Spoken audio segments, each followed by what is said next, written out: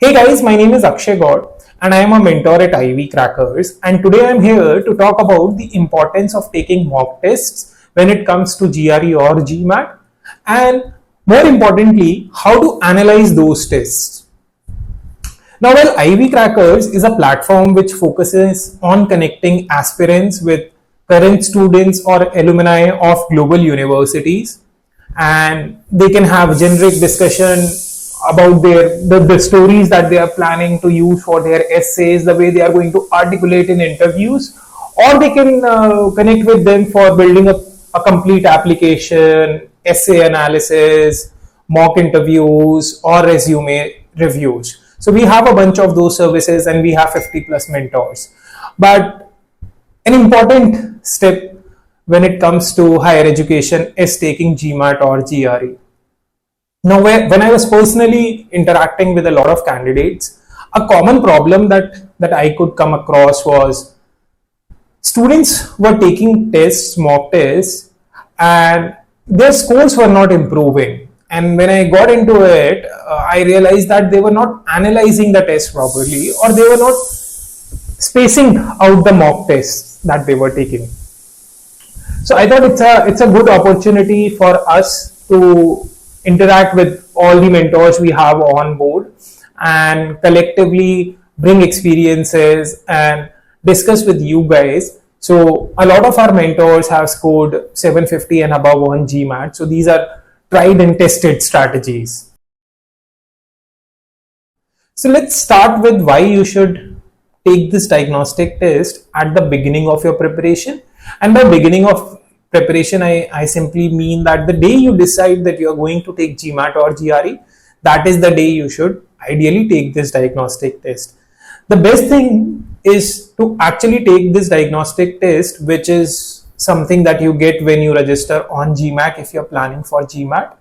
And in case of GRE, when you register on ETS, you get access to these couple of free tests provided by ETS.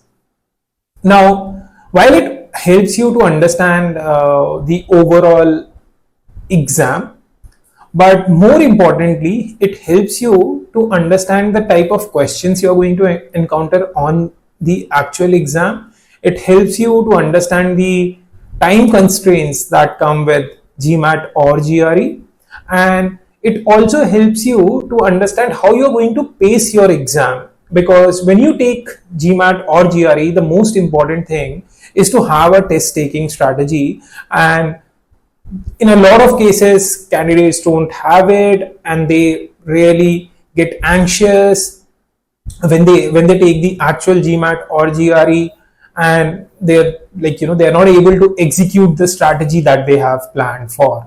So that is why taking this diagnostic test and taking regular mock tests is really important. The second thing a diagnostic test does is to help you identify your strengths and weaknesses, which means that it helps you understand the concepts or questions you are really strong at, and at the same time the concepts or questions in which you need some improvement. Now, once you have this, you can tailor your study plan so that your focus is more on the areas which need maximum improvement. Another thing a diagnostic test, or for that matter all mock tests, do is to help you build an effective test taking strategy. Now this strategy can include time management techniques, it can include prioritization of questions, and it can even include your strategic guessing approach. So which means that what are the questions on actual GMAT or GRE that you are going to guess, how much time you are going to spend on each question, what is the time limit you will decide for each of the questions, beyond which obviously you will have to guess and move on. So these are the strategies which you will have to execute to the T on all your mock tests and even on the actual GMAT or GRE. Which means that come what may, you are not going to budge from these strategies when you are taking mock tests. Now let's move to another interesting topic, which is how to analyze these tests. The first thing that you are going to do is to analyze your mistakes, which means you have to go through all the incorrect questions and understand the reason why you got them wrong. Now, was it due to a careless error from your side, or was it due to the reason that you don't understand a particular concept, or was it simply because you were running against time? Now, once you have the root causes of why you got all these questions wrong, you can actually work on during your study sessions on these root causes. So which means, let's say you are not fundamentally strong at a particular concept, so you can, in your study sessions, you can focus more on that particular topic. Similarly, if you were running against time, that means you need to have more time paced study sessions, which means you can start with, let's say you are solving 10 questions in 20 minutes, and then eventually moving to, let's say, 23 questions in 45 minutes if you are planning for GMAT, and similarly a similar strategy you can adopt for GRE. The second important thing while you are analyzing your test is to actually review your correct answers. Now this is something that a lot of candidates miss, because obviously if I have answered it correctly, why do I need to review it? But it's important to understand that you got the answer correct for the right reasoning and right logic, and it was not just a fluke. Secondly, the more important aspect is how much time you spent on getting these answers correct. If, let's say, you were doing it in stipulated time of 2 minutes, then obviously it's good to go and you can try and replicate this strategy on the incorrect questions as well. But let's say if you spend too much time on getting these answers correct, and because of which towards the end there was a lot of pressure on you when you were running against time, and you got, let's say, a streak of 3-4 questions wrong. Now the worst part of having 3-4 questions wrong towards the end is that your score will dip, and you will have no chance to actually bring that score up.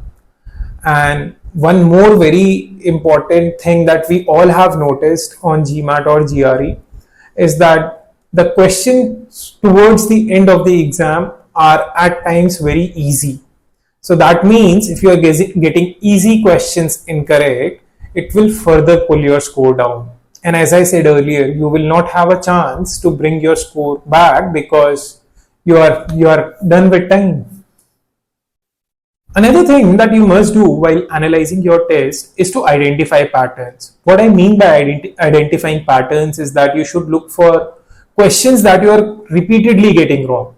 Let's say you are taking GMAT, and if I take example of critical reasoning, let's say you are repeatedly getting the assumption questions incorrect. Now in your study sessions, you can focus more on that. You can try and build your concepts and ensure that, like, you are improving on assumption based questions. Another thing that you can find a pattern with is the questions where you are spending more than 2 minutes, which means that if it's towards the beginning or towards the middle, you're going to run out of time towards the end of your exam. And again, as I previously said, you will have a streak of wrong questions. You will not have time to bring your score up. At the same time, if, let's say, all these questions are towards the end where you are spending more than 2 minutes, that means you have paced yourself well. But at the same time, you should check whether you are getting a lot of incorrect questions at the beginning or in the middle. Like, you should avoid having streaks of incorrect questions. So that's how identifying patterns will actually help you in improving your overall score. The last thing that you should do while analyzing your test is to maintain an error log, which means you should note the type of questions that you are getting wrong, the type of questions on which you are spending more than 2 minutes. And let's say you took one test on this Saturday, and you're going to take the next test on next Saturday. So ideally, throughout the week, you should keep a tab of error log, and you should ensure that you are improving on these things. And just a day before the next test, you should go through the error log, and you should ensure that you are not repeating the same mistakes on the next test as well. So these are the things which are going to help you in analyzing your tests. Now let's look at a 3 months schedule that we all built and something that we all followed, and it helped us in scoring in the range of 740 to 770 on GMAT and in the range of 330 plus on GRE. So ideally in month 1, as I said in the beginning, you should start with a diagnostic test. You should identify your strengths, weaknesses, you should identify the areas of improvement, and during that month you should work on building your concepts. You should practice time-based study sessions, and once you have done all of that, in month 2 you should try and take one test every week, and between the tests you should ideally, once you have done the analysis, you should ensure that you're working on strengthening your weak areas, you're working on your time management strategies, you're working on your prioritization or guessing approaches, so that by the end of month 2 or when you reach month 3, you can move to a strategy wherein you are taking 2 tests every week. Now these two tests can be, let's say, scattered over a week, or you can decide and you can say that, I'm going to take these 2 tests over a weekend. And by now in month 3, you should ensure that you are following a particular test taking strategy, and come what may, you are not budging from that, so that on the actual test day you are able to execute that strategy, which will ensure that there is no anxiety or there is no time management pressure on you on the actual test day. So now these are some of the strategies and these are some of the schedules that have helped us in scoring well on GMAT and GRE. And I just hope that these strategies help you as well in scoring a good score on your GMAT or GRE. And from IvyCrackers, we wish you all the best for your GMAT and GRE. Let's stay connected.